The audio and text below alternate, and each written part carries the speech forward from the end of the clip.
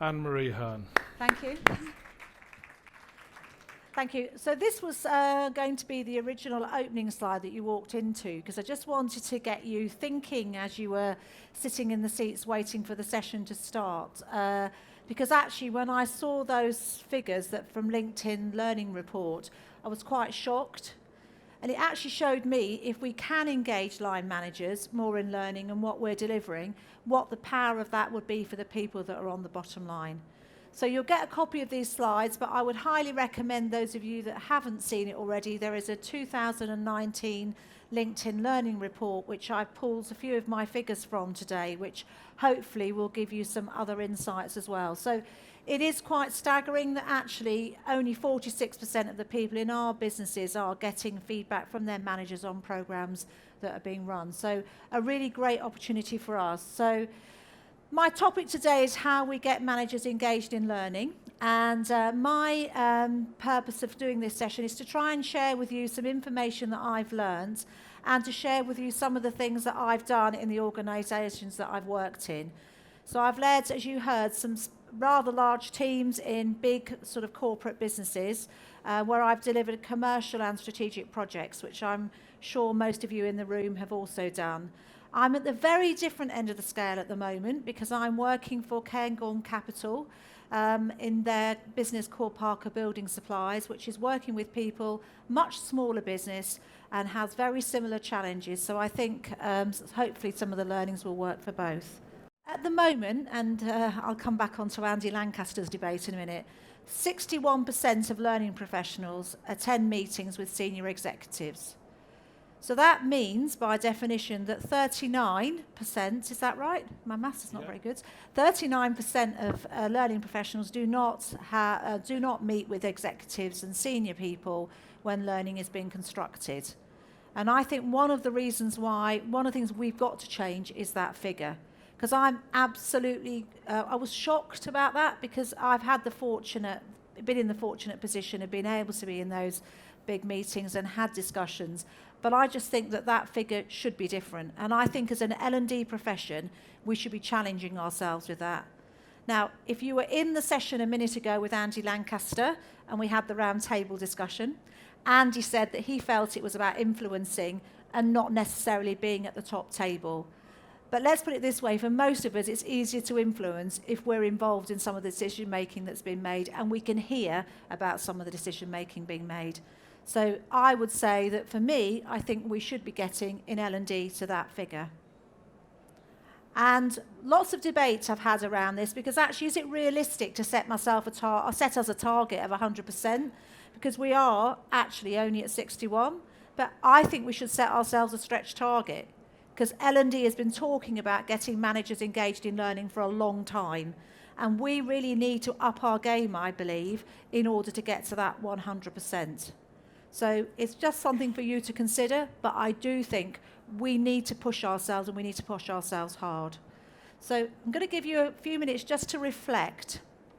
So when were you last delivered some learning that improved performance for you? Can you all think of a time when you had a learning intervention delivered to you and it improved your performance?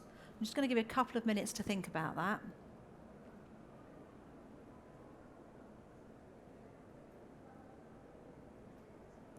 And then what I'd like you to do is put your hand up for me if that learning was supported by a line manager at the time. So quite a few of you in the room. And I think that we should have a room of people in learning and development that are all putting their hands up for that after that question. And that should be our goal, that everyone, we asked this question in all of the meetings we had, you know, if we asked this question in the meetings we had, would everybody put their hands up? And I'd like to think that they were. And that should be our goal. And I'm hoping today to give you some tips and hints that will inspire you to go back to your businesses and get that sort of response. Okay, so I'm going to show you a photograph. And this is a photograph. It's 15 years old. And I'm in it. And I look a lot younger than I do now. So why have I put it up? So 15 years ago, I was asked to deliver a learning and development project for Waitrose.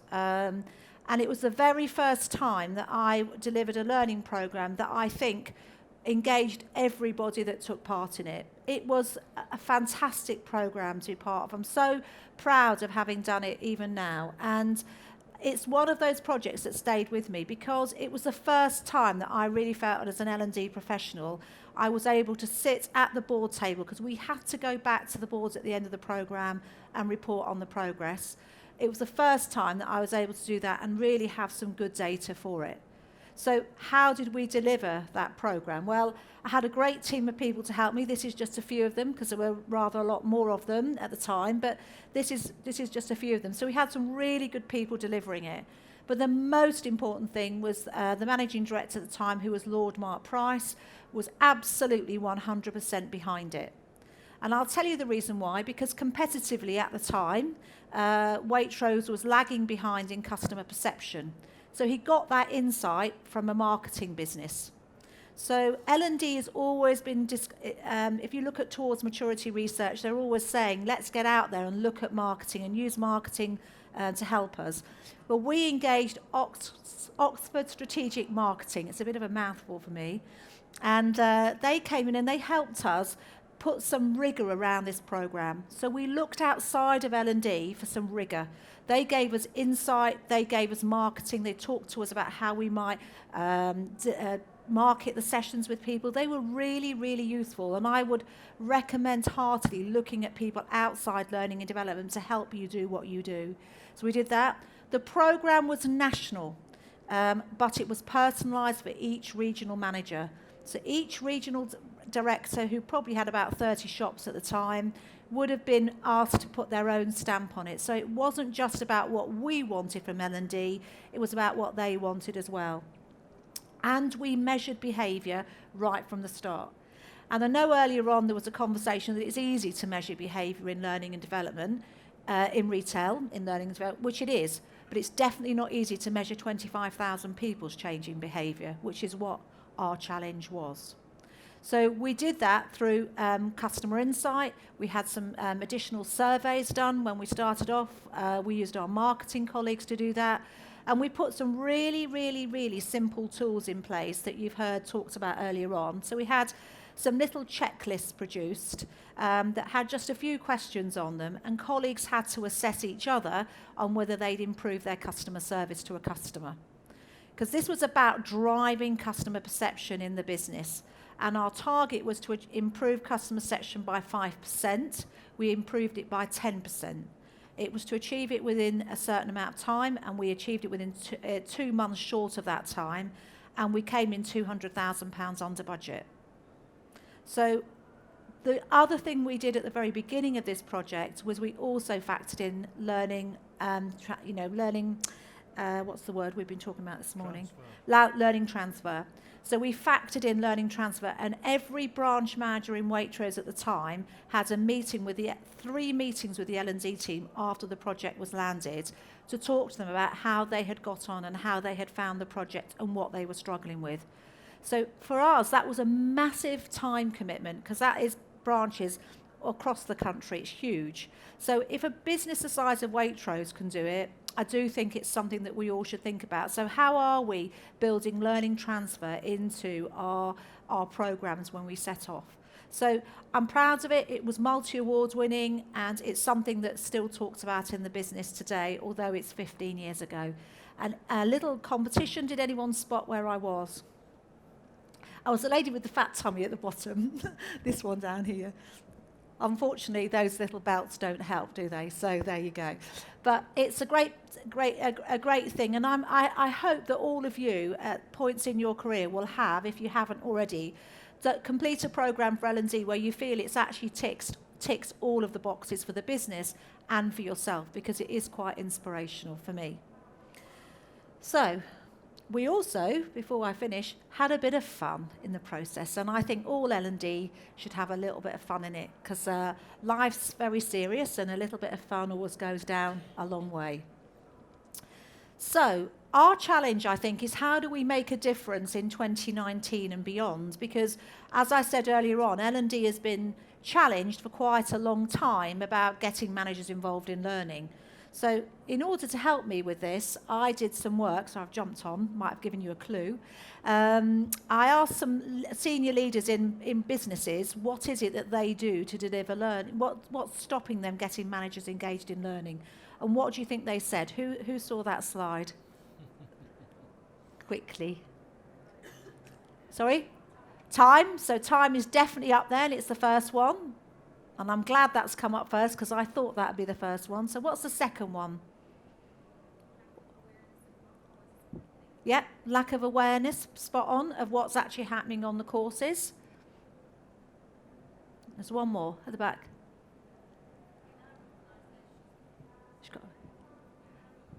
It's competing goals. Oh, right. Okay. So got too much to do, so why should I worry about being engaged in that? Is that a good summary, or? No, I think that sometimes the goals that we set our managers aren't necessarily around what the organisation wants to achieve in terms of its people. We're setting goals around financial achievement, and Right. they're two very different things, so people will choose what to do in terms of what benefits them personally. Yeah, interesting. I've got Wendy from Virtual College making notes for me, so she'll make a note of that, so down the bottom here. So thank you. Anyone for anyone else? More comments? Sorry. Belief in the promised outcome. Yeah, so they're not necessarily believing that they're going to get what they want at the end of the training course. Nearly. Yeah, I would say also it's a lack of awareness that they are important. Yeah, As supervisors, as managers. yeah, that they're important in the whole process. Yeah. I've got one more on my list. Anyone else got anything? Hello, money, yeah, ROI. So I'm calling it ROI, and there was a discussion earlier on that maybe ROI is difficult to measure, but let's see, we'll talk about that. So, any more for any more? Okay, well, those were the three that I came up with, and I'll move out of the way so you can see it there, which is time, lack of understanding, and return on investment. And that's not just return on investment, it was not immediate enough. Because if I'm a director and I buy a new piece of software for a piece of kit in IT, I get a result probably in the next few days. When it's behavioural change, you're looking at it in much slower burn. So how do we actually demonstrate that? So we'll come on to it. So this information here is from senior leaders in businesses that run businesses and fund learning and development. So we all agree with time. So let's start off with time as the one that's there. So what I'd like you to do is to work with the person next to you, and if you've been in a couple of these sessions, you'll have done a little bit of this already.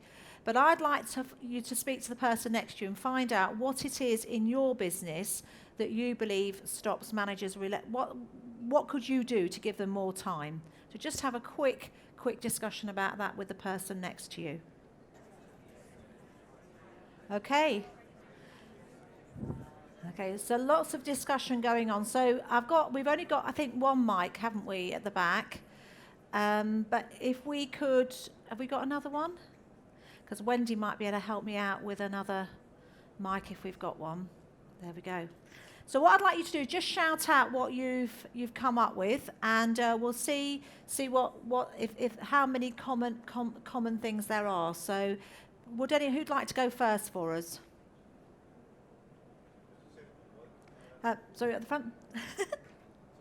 It's all right. No, it's just so that everybody else can hear, because I think it's hard if you can't hear. Yeah, hi. It's just a simple one, which is allowing time for it to happen in the first place. Yeah, spot on. And one that I'll put up my list in a sec, but there was a really good thing that I read, which said, if a manager has a task that takes them 15 minutes to do, if to coach that task out takes them half an hour, they've lost half an hour. But for the rest of the week, if they don't do that task, they're saving 15 minutes a day. So they are saving over an hour of time in a week if they can make that time. And there was a very good podcast, I can't remember who did it recently, with Christina interviewing actually.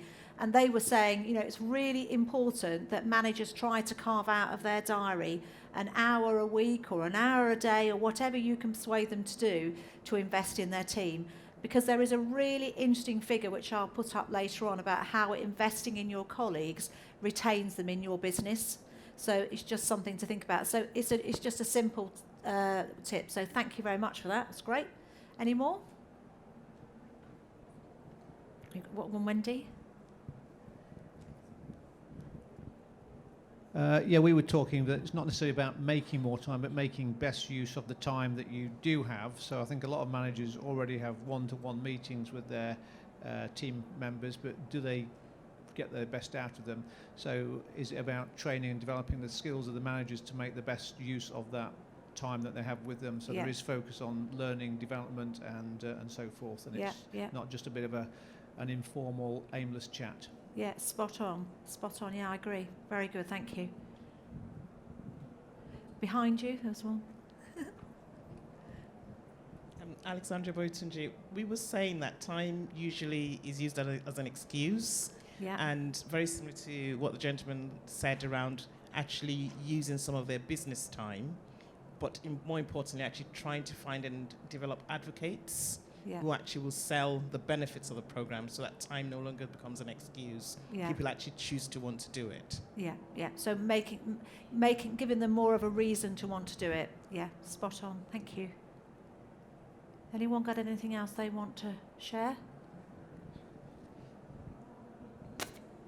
I said about getting the senior directors to actually support it and encourage staff to attend has helped us. Yeah, so lead by example really and join the meetings. Okay. Anyone want to see my list?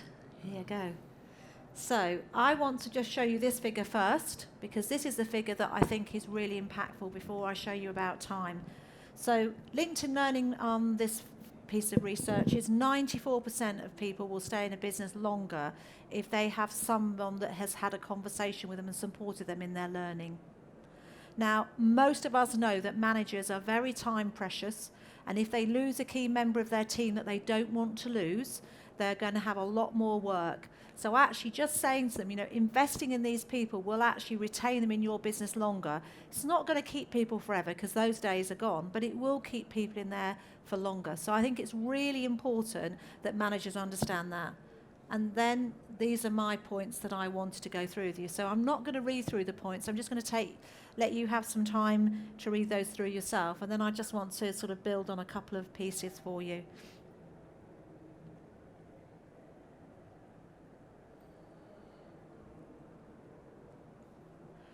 So the one that I want to sort of talk about is personalising learning, because I do think, and I think you heard in my Waitrose example, that we often have big programs to deliver and we don't really have a lot of time, or at the moment we don't make time, if you like, to sort of personalise that learning to the individual. So one region might be very different to another region in its demographics. So should we be spending more time on personalising business programs to suit individual regions? It would be my build on that, because that has been something that has really, really helped me in the work that I've done in the past. So that's my list. Is there anything that you feel that you want to challenge on that, or are you happy with that, with what I've got up there? Yeah, makes sense? Okay. Right, so the next one for me was lack of understanding. Now, this really surprised me because I just assumed that people did know what was going on and that people did know about training, because I came from this lovely world originally where in my John Lewis and Waitrose days, everyone sort of went through this step-by-step process. So, of course, the higher up the hierarchy you got, you probably knew what the person near, that worked for you had done. But actually, there's an awful lot of managers that don't understand and also, more importantly, don't remember. So I want to talk to you about what happened for me at Next. So this is just a front cover of a pack that we used to hand out at regular intervals. So Next was a very different business for me and fantastic opportunity to lead the L&D team there. And one of the things that I had to learn, which was a skill after probably about 30 years in learning and development, was how to be good at communicating learning. And Next it was a really important KPI for me at Next. So what I would do is I was a member of the retail leadership team, so I did have a seat on that table at the beginning that we talked about at the beginning. So I would sit on that team, and any learning that I was developing, I would develop in conjunction with a director that was sitting on that board with me, that leadership team. So they would help me with making sure that the content they felt was right and that the method of delivery was right. So I was sponsored in many of the large programs that I delivered by a member of the leadership team. So that was the first thing. The second thing is once we got that proposal, all of the senior leadership team were briefed on it. Now, if that obviously only if there was a learning and development intervention to brief them on. But those meetings happened once a month, and I would take anything that we were doing. So we had the buy-in from the senior leaders. Then my team would produce packs like this, and whenever there was a learning intervention, they went out and briefed the regional and area teams. So we're talking about 35 meetings if everybody was communicated to at that time. Now that was an enormous amount of effort and energy that went into doing that. These packs were quite well put together and they contain the critical information. But what it enabled was that the managers knew what we were delivering. There was no escaping it. And actually, it was a really good mechanism for demonstrating some of the new concepts. So if we went to a meeting and we were introducing a new model of behavioural measurement, for example, we would show them how to do it. We would have an exercise of it in the room. So it's the first time I've done it in that level of granularity, and it was initially for me quite a shock, I suppose, because as a learning professional, I was used to sort of bringing my stuff, putting my recommendations, and probably not getting much feedback on it. I can tell you I had a lot of feedback, and as a result of that, I now do things very differently. So I will use a briefing pack, and I absolutely do encourage managers where I'm working at the moment at Parker's to actually put some of those, try out some of the things that I'm actually training people in. So it is a lot of time, and it takes a lot of time. And what I'm trying to say is I'm trying to shift learning and development from the design bubble into some of these other bubbles that I think learning and development need to get into. I think really good communicators, really good marketers, and really good at learning transfer. And that's how I think we're going to move the world of learning and development forward. So this is my next list of how I think we could improve understanding. So again, I'll give you a chance to have a little read of that. And then I've got another little stat to throw in for you when you've had time to have a look at it. So many of you will have heard, I think, I'm just going to check the stat, towards maturity research. So that first one at the top there, communicating L&D activity, which is what I've just described to you that I did at Next. What is it? What do you think? Just shout out. What you think the figure of L&D teams, and this is L&D reporting in towards maturity report, how many of L&D teams actually communicate on a regular basis their L&D activity? You just shout out a number. 40%, thank you. 20%. Anything in the back of the room over there? 30? Over here? It's got to be lower. 20%? 19%. So 19% of L&D professionals from a towards maturity survey say that they are communicating L&D activity on a regular basis. So just reflect back for yourselves. Are you communicating as much as you could? Are you communicating as much as I have learned to do or learned to do at Next? And it's a really good thing to have learned, and I'm doing a lot more of that. And I think at the top here is spending more time briefing managers, which I've put in there. But the one at the very beginning, which I explained, the Waitrose example, it was absolutely critical for that project because it was tied into business initiatives.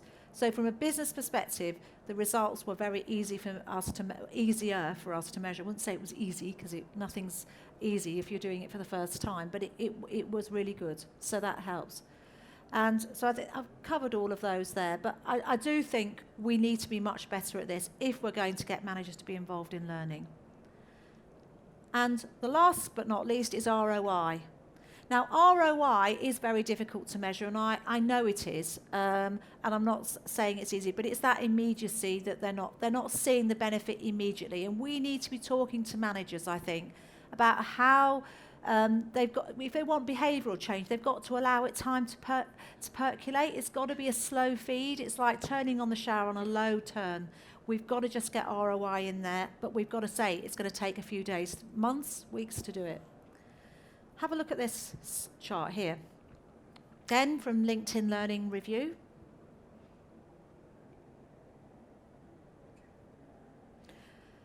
So, how many of you would have thought that those percentages would have been bigger? 1, 2, 3, 4? Just have a show of hands. Would you have hoped that they were higher? Yeah. So, as an L&D professional, are you comfortable with those figures? Yes, you are? That's great. So I've wasted my time here really today. You know, we should not be sitting and looking at these figures and feeling that we are doing a really good job of what we do in L&D, because that is not a good result. Because the number one measure for business leaders is seeing the impact of learning and development. And if only 8% of them are seeing it, then that really for me is not where we want to be. And the second most important measure for L&D CEOs is ROI from their investment. So clearly we're not doing something that we need to do. And I would argue that that is because we're not communicating well enough. I think one helps the other. So we should communicate more, and I think we should get these percentages up. And we should be challenging ourselves on these. So ways that I think we can challenge ourselves and help improve this are there.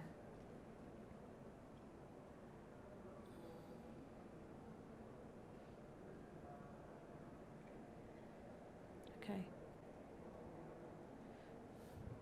So learning to speak the language of the business has been a real challenge for me, because I'm a retail and hospitality girl, and now I'm working in a builder's merchant. So I can tell you, I know nothing about blocks and bricks and all that sort of thing, but I'm trying to learn, and I'm putting myself through some of the learning that we are asking our colleagues to do. So I'm trying to make sure that in the new world that I'm in, I am speaking the language of the business, and that's understanding margin, understanding sales a little bit more than I've done. So, but that is a little bit uncomfortable, because I'm used to being the expert. So suddenly not being the expert is quite hard. So I've got used to that, because I've now learned to feel a little bit, you know, that it's okay, I feel uncomfortable, but I'll get there in the end. So how many of you are putting yourselves out in some of these in your businesses, and you feel a bit uncomfortable where you're not the expert? Could you be challenging yourselves a bit more to learn a little bit more about the business that you don't know? It's just a question from me. Be aware of the key numbers is an obvious one, but one I don't think we all maybe are as focused on, and from my perspective I haven't in the past. Draw on business expertise to develop learning, and I've talked to you, a couple of examples I've given you have really demonstrated, I hope, that having a business partner help design the learning will help managers be more engaged in learning. But this is my one, and if you were in the session this morning, you'll have heard it: building learning transfer into learning design.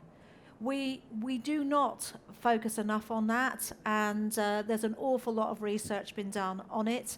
And I know that you've heard a session this morning. I've also looked at something called turning learning into action, which is another concept which suggests that actually if it's behavioural learning, we should be setting people up with a contract when we train them or we have them on our courses. We should have a contract with them to say, we will engage with you 3 times after this programme, and we will ask you for feedback on how you're progressing. So building that sort of thing in to for the original concept is absolutely critical. And just to let you know, I found out about that concept after I'd worked at Waitrose. So it was just coincidence that Waitrose was 3 and they're recommending 3. But it is really interesting, that bit. and share the results. We've heard a lot about sharing from Christina, about sharing stories, and I don't think we publish enough about good stories and where people have improved their behaviour. Do we talk enough about it? Do we write emails? Do we do podcasts? Do we put things on social media? Do we talk about what we do in the business to improve learning?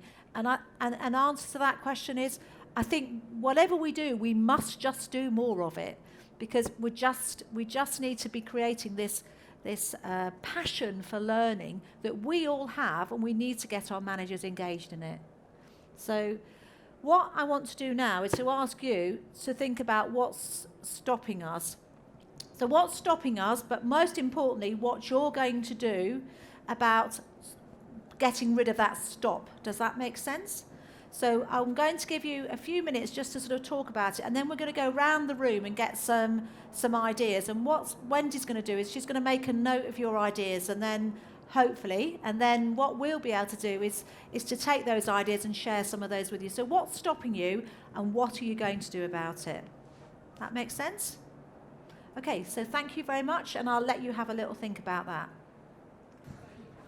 I'm ever so sorry, but I'm being chivied along at the back, so I need to do as I'm told, I think. So can I just ask Wendy to sort of just hand the microphone out? Has anyone got the burning thing? What's stopping you, and what are you going to do about it? There we go. Thank you. I think one of the challenges we have is when you're going to a CEO after a training, they want stats, they want figures, they want tangible results. And oftentimes you don't have that after training. You have positive feedback, you have the numbers of people you've trained, but not anything that you can say it's gone up by 10%. Yeah. So I think that's one of our key challenges. So how are you going to change that, to reverse that? Anyone else? Oh, someone might have an answer for you here. Hold on. To me, it's about having a good conversation with your managers at the beginning, and then setting a baseline of where we are now. But what I have tried to do it once, and I looked at how much time it took me to do this for a big program. It took me 2 weeks of work to prove that we got our return on investment back. It was a big piece of, it was worth the effort. Yeah. But you've got to build it into your timing and your planning if you really want to do it properly. Yeah, absolutely spot on. I agree. I think time is really important. So Alexandra's got one here, probably from her London Underground days, is it? Definitely from that. And I think there's another equation we need to add to the story. So return on investment's great, but I think the return on expectation, starting off at the beginning around what the expectation is of leaders from any program or development initiative you're doing, and making sure that you can report back on that expectation is that first step in the journey. And that I tend to use for L&D, return on expectation gets me the trump card. Well, okay, thank you very much. Thank you. Okay, Good. Anyone else? Some top tips. Remember, all right, I've been told I've got to stop. Okay, sorry about that. So what I need to just say to you, because I've got to stop, is we need to commit to this goal. This is the one goal I set you at the very beginning. It's just a small step, and I just think we need to be committing to some things, attending these conferences, committing to some things. And I just would love it if next year, if we were back in this room, we all put our hands up, 100% of you would say, actually we are in our meetings, and the people that work for us are also joining some of our meetings. So thank you very much for your time and for listening to what I've got to say, and I've enjoyed having your participation. Thank you very much. Thank you.